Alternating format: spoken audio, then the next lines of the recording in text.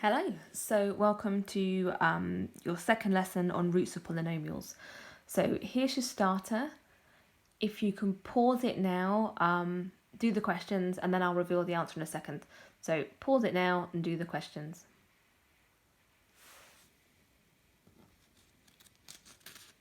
Okay, there are your answers. So if you got those answers, essentially you are finished with this video. You can stop. If those are the answers you got, stop the video now. You're done to carry on with the main lesson. If you didn't get those answers, I'm going to go over them now, but only watch this through if you couldn't work it out on your own.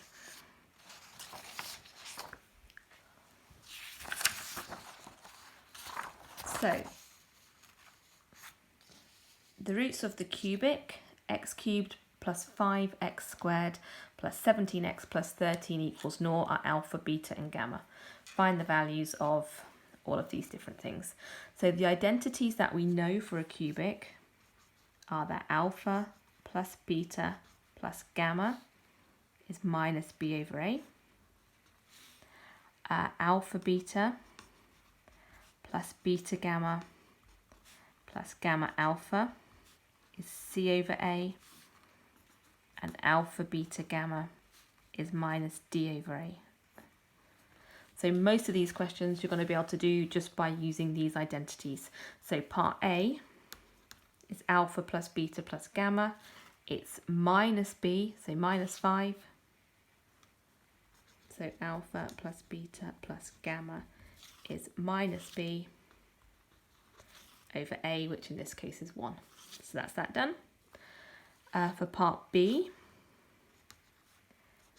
alpha beta gamma is minus d over a. So alpha beta gamma is a, b, c, d minus d. So minus 13 over a, which is 1. So that's that one done. C, alpha beta plus beta gamma plus gamma alpha. Well, that's that one here.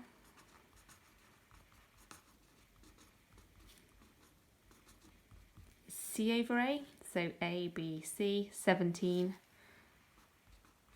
over a, which is 1, so actually just 17. That's that. And for D, alpha squared, beta squared, gamma squared, well, that's the same as alpha beta gamma squared. We know that alpha beta gamma is minus 13 or negative 13.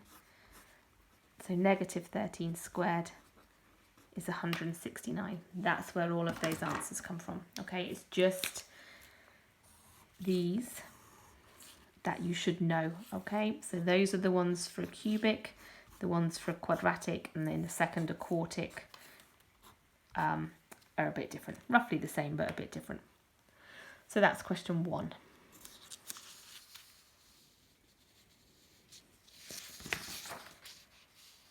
Question 2 says, phrased in a slightly different way. I don't think we've done one like this. So this quadratic has roots alpha and beta, finds an equation with roots 2 alpha and 2 beta. So first of all, we're going to start off with our the things we know about roots of quadratics. So we know that for a quadratic, alpha plus beta equals minus b over a, and we know that alpha beta is c over a. Excuse me. So for this question, we know that alpha plus beta is ab minus b, so minus 5, over a, which is 1, so minus 5. And we know that alpha beta is abc, so 7 over 1, so 7. So those are the things that we know. We now want to find an equation with roots 2 alpha and 2 beta. So I'm going to say that that equation, I'm just going to budge this up. Okay, so my new equation with the roots 2 alpha and 2 beta, I am going to call capital A x squared plus capital BX plus capital C. So that's my new equation, and I'm going to say it has roots 2 alpha and 2 beta. Now, it's still a quadratic equation, so it's still going to follow those same identities. So we know that the sum of the roots is going to be minus b over a, except now I'm going to be using capitals, and the sum of the roots this time is 2 alpha plus 2 beta.